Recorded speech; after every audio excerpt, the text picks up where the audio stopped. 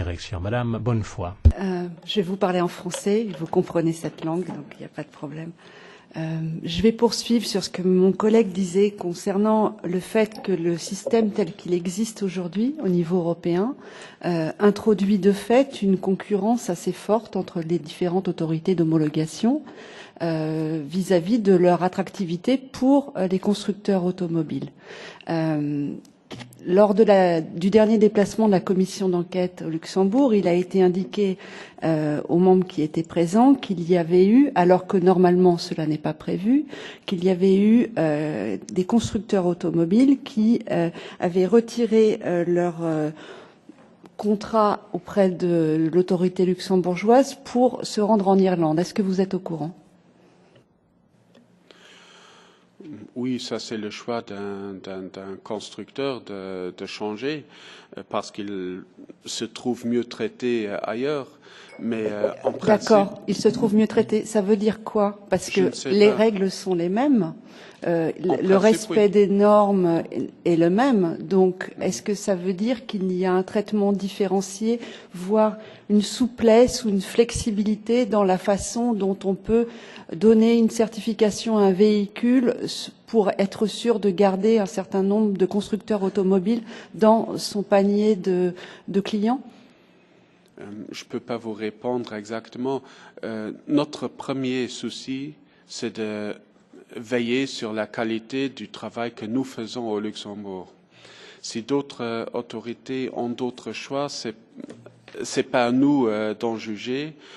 En tout cas, je crois que le Luxembourg, déjà depuis plus de 20 ans, a misé sur la qualité, a misé sur les audits neutres pour valider leur processus. Et je crois que c'est le chemin qu'on conseille partout. On aime également, au niveau des autorités d'homologation, voir introduire ces exigences au niveau de la directive cadre, car je crois qu'actuellement, par rapport aux autorités, il n'existe pas d'exigences précises. Donc, il faut évidemment, une autorité d'homologation, c'est un certificateur. Et pour le domaine de la certification, il existe des standards bien précis. Ce sont les standards 17065 pour les certifications de produits. C'est le domaine dans lequel on se trouve. Il existe le standard 17020 pour les systèmes de management. Par exemple, un initial assessment d'un constructeur fait partie de la certification de système de management. Là, la compétence 1720 est également requise et je crois que c'est là aussi, notre système d'homologation existe depuis 1970, donc c'est très vieux.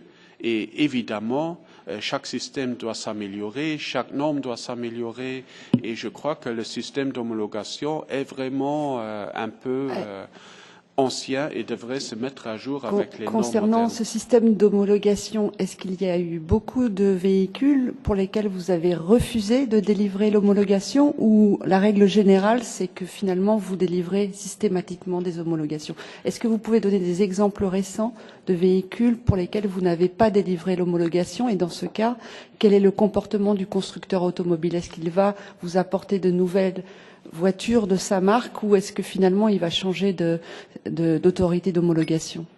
Je crois que développer un véhicule est un processus pendant des années extrêmement cher, et le constructeur qui ne saurait pas déjà les résultats de ses tests avant de les avoir faits est irresponsable. Donc quelqu'un qui n'a pas développé un prototype qui est à même de remplir toutes les exigences, forcément, c'est inconcevable pour un constructeur de grande taille. Nous, on a eu des constructeurs de petite taille qui viennent d'émettre leur premier prototype qu'on a refusé. Même après, on a la clause, si on remplit toutes les exigences, on a quand même le droit de refuser un véhicule pour des raisons de sécurité ou environnementales. Et là, effectivement, même avec tous les tests qui étaient passés positivement, un constructeur s'est vu refuser son certificat pour des raisons de sécurité, oui. Que pensez-vous de l'idée de mettre en place une agence européenne qui chapeauterait l'ensemble des autorités de certification et qui assurerait le respect des normes par l'ensemble des autorités nationales et aussi la surveillance du marché qui respecte bien les choses et qu'il n'y ait pas de conflit. Ça vous paraît une bonne chose ou pas?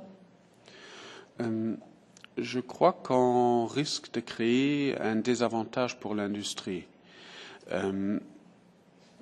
Car pas au niveau du traitement des dossiers. Je crois que si au niveau des autorités d'homologation, on arrive à définir les mêmes exigences et la même qualité de travail qui en sort, on a mieux travaillé et on se positionne de façon beaucoup plus efficace que si on centralise, car une centralisation à ce niveau, ça crée des bottlenecks. C'est réguler et s'assurer que justement il n'y a pas des failles dans le système comme un système de concurrence entre les autorités de certification dont l'objet n'est pas celui-là. Au niveau des autorités d'homologation, je crois que le mot concurrence est mal visé. Je crois qu'on se rencontre régulièrement, aussi bien, par exemple, ce matin avec le KBA et cet après-midi avec le RDV.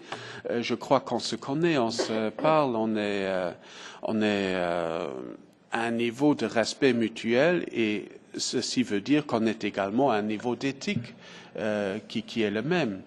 Et je crois qu'effectivement, c'est plutôt par rapport à des newcomers qu'il faut définir les exigences, qui apprennent le métier juste maintenant. Mais à part ça, je crois que le système fonctionne bien. Par contre, vous avez également touché au sujet de la surveillance de marché. Là, je crois que le rôle de la Commission n'est pas celui d'être une autorité centrale de surveillance de marché au niveau de l'exécution, mais il faudrait définir clairement pour toute l'Europe quelles sont les conditions de la surveillance de marché, quel est le rythme, la fréquence, comment la surveillance de marché est organisée, car tant qu'on n'a pas de règles précises, on aura nécessairement des divergences entre sud, nord, est, ouest. Donc, il faut procéder à une harmonisation à ce niveau, et là, c'est vraiment la fonction centrale de la Commission européenne qui joue un rôle énorme. Merci.